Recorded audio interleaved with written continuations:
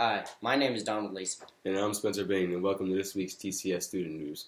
Alright, so the first story is about former President Barack Obama. Obama called on the Congress to tell them to have courage in the debate over health care for millions of Americans. Donald Trump is trying to get rid of Obamacare, and the House of Representatives has voted to repeal it.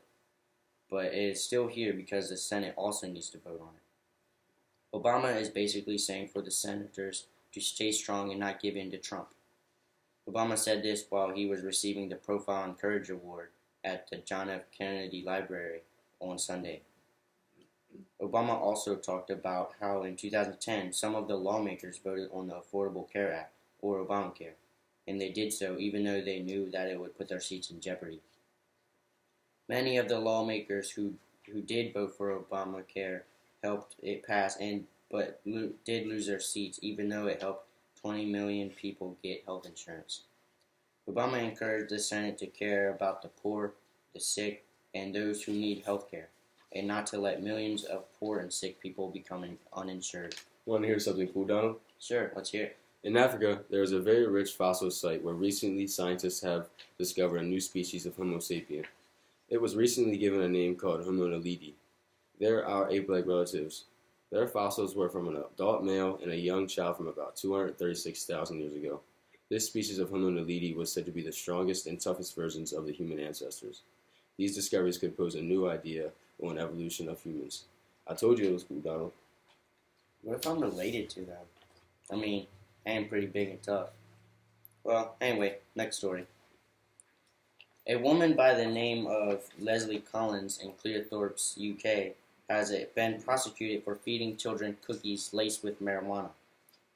The kids, 3 of whom are 13 and 1 12, nicknamed her the Cookie Lady after, she gave them the cookies. She told the kids that she was their nana after she gave them the laced cookies. One of the kids felt sick and one had to go to the hospital. She tried to say that she was drunk, but that didn't stop her from getting 6 months in jail and 10 days in rehab. That's crazy. I don't know how someone could do that to kids. On a more serious note, in U.S. news, government officials have recently said they may send 3,000 or more soldiers to Afghanistan to help Afghan government fight off the Taliban. President Donald Trump has not approved of this plan yet, but this may include a request for an additional 3,000 to 5,000 NATO troops from NATO allied countries. If this plan takes effect, it will help Afghan to keep hold of Kunduz, which is a city in Afghanistan where Taliban have been getting closer and closer to taking control of. I think involvement with the United States in situations like this is good because it proves to allies that the United States will help its allies. Well, I hope President Trump makes the right choice. Let's go to TCS News.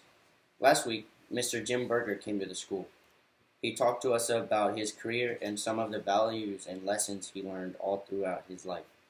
He was a photojournalist for 40 years and now is a freelance photographer.